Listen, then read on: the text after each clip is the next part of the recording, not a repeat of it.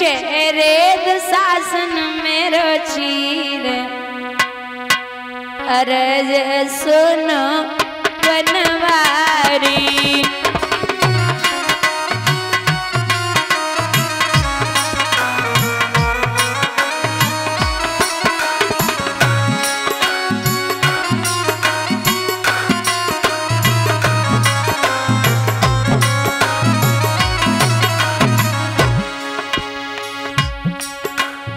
हसनापुर में जाए के देखो बैठ के गई बारी।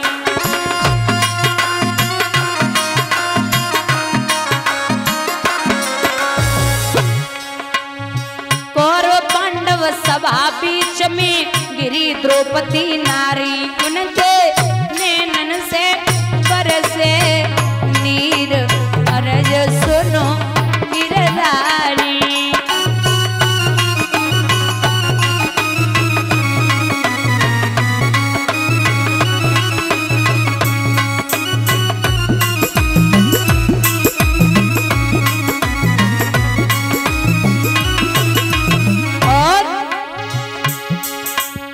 पांचों पांडव ऐसे बैठे जैसे अबला नारी।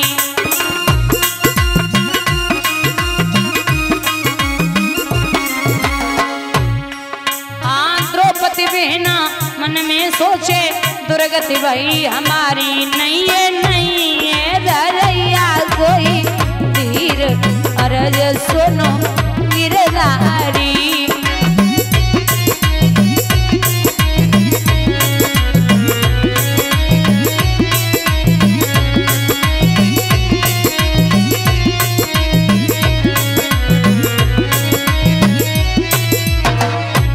द्रौपदी ने एक बात कही है भैया, ए बादन की करो याद कन्हैया उंगली कटी तुम्हारी।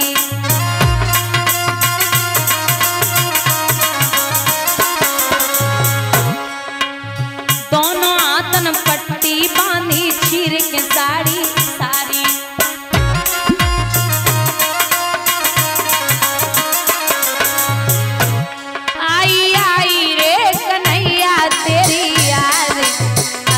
सुनो बनवारी।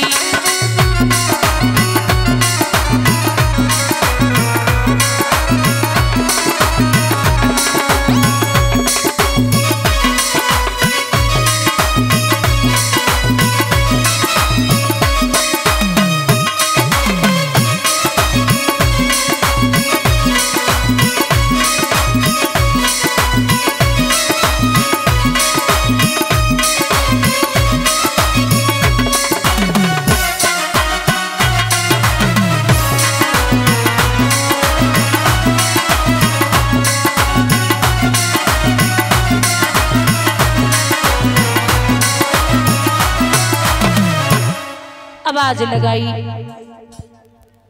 महाराज आइए कृष्ण। द्वारिका में बुजुर्गों कन्हैया पीठ फेर के रो रहे थे। द्रौपदी चिल्ला रही, अरे द्वारिकाधीश आ जाइए, अगर आप नहीं आए तो हमारे 2 पैसे की हो जाएगी गोविंद। भगवान जब पीठ फेर के रोए तो रुक्मिणी भगवान को हाथ पकड़ के बोली, क्या बात है कृष्ण, आप रो रहे हैं? बोले हाँ। क्यों? आज हमारी बहन पे बड़ो संकट है। अरे तो जाइए ना, यहाँ क्यों बैठे हो? भगवान आंखों में आंसू लेके बोले, बात तो यही है कि उसने एक बार भी हमें भैया नहीं बोला। फिर बोले जितनी बार बोल रही है ना द्वारिकाधीश द्वारिकाधीश चिल्ला रही है, अगर एक बार भैया बोल देगी मैं सबको छोड़ के उसके पास में पहुंच जाऊंगा। वो भैया तो बोले। इधर रुक्मिणी समझा रही भगवान को कि जाइए वो आपकी बहन है, लेकिन द्रौपदी जवाब दे रही कि गोविंद एक बात याद रखना, अगर आज हम नगिन हो गए तो आप नहीं समझ सकते कि जब एक हम तो नगिन ही पैदा हुए थे और नगिन हो भी जाएंगे तो मेरा कुछ नहीं बिगड़ेगा, लेकिन गोविंद अगर हम नगिन हो गए तो सबसे ज्यादा असर भाई पे और बाप पे पड़ता है जब बहन या बेटी की इज्जत जाती है। इस भरे समाज में अगर हम नगिन हो गए तो इतना याद रखिए आप दुनिया में कहीं मुंह दिखाने के काबिल नहीं रहेंगे। और आप शायद भूल गए हो, आपकी जिस दिन उंगली कटी थी आपकी 1000 पटरानियां कपड़ा और पट्टी लेने के लिए भागी थी, लेकिन हमने नई साड़ी को फाड़ करके आपकी उंगली में बांध दिया था। उस साड़ी का बदला दे जाइए गोविंद। अब भगवान सोच रहे जे कब हाथ ऊपर करे और जब साड़ी छोड़ेगी मैं जाऊंगा, लेकिन रुक्मणी पूरी ताकत लगा के साड़ी को उसने पकड़ रखा है। तो जवाब दियो का ताकत ना है दुशासन तो में, अरे आगे बढ़ इसकी साड़ी खींच। आखिर वो द्रौपदी है और कृष्ण की इतनी चहेती बहन है कि लोग द्रौपदी को कृष्णा बोलते हैं। अब इतनी सामर्थ्य से साड़ी को जकड़ रखा तो जवाब दिया है कि जोर लगा और इसकी साड़ी को खींच। जैसे ही महाराज साड़ी खींची है तो द्रौपदी ने दोनों हाथ ऊपर उठा दिए और जवाब दिया अगर आना है तो आओ, वरना आपकी बेइज्जती मेरा कुछ नहीं जाता। रोई के कहा बोली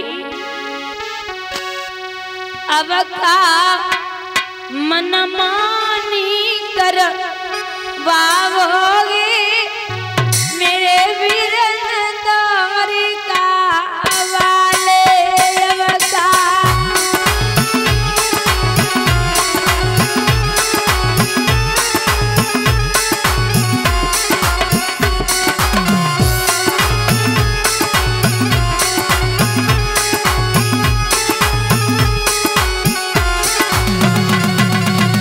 अरे ओ भैया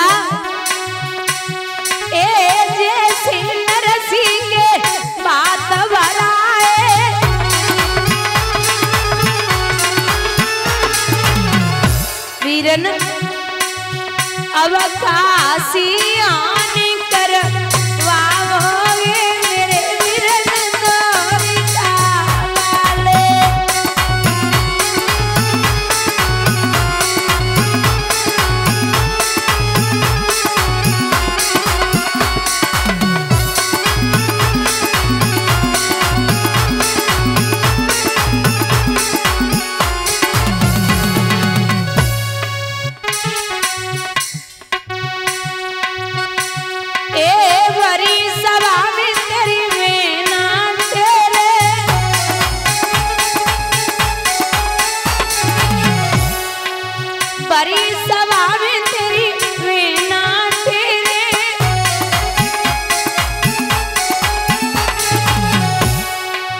अब कान नगिन युगारी देखोगे मेरे रात दौरी का वाले।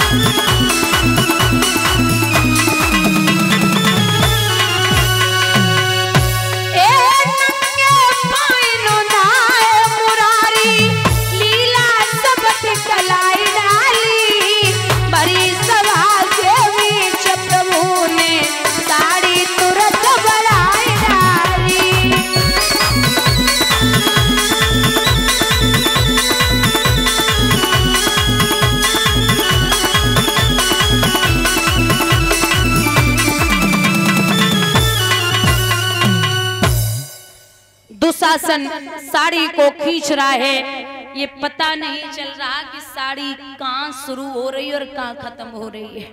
बराबर खींचता जा रहा, थक करके पसीने में लथपथ हो करके मुंह के बल जमीन पे गिर गया। दुर्योधन बोला क्या हुआ, उठ खड़ा हो और साड़ी खींच। तो शासन हाथ जोड़ के बोलो अब हमारे शरीर में सामर्थ्य ना है मुझी। समझ गए पांडवा कि आज फिर हमारे गोविंद ने आए कि हमारी लाज को बचाई लियो, क्योंकि पांडवों का नियम था ये कभी धर्म के विरुद्ध नहीं गए और भगवान कभी अधर्मी का साथ नहीं देते। पांडवों ने कहा कि आज फिर